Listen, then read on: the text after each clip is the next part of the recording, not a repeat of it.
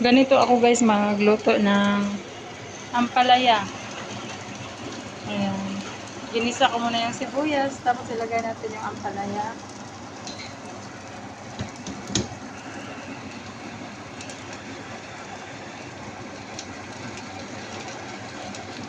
Tapos mamaya lagyan natin ng itlog. Wala kasing kamatis guys, kaya sibuyas lang yan at saka bawang.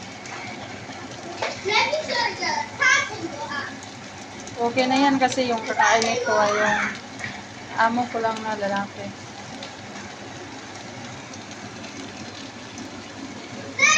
Tapos lagyan ng takip. Ayan. Ganyan lang guys, kasi simple.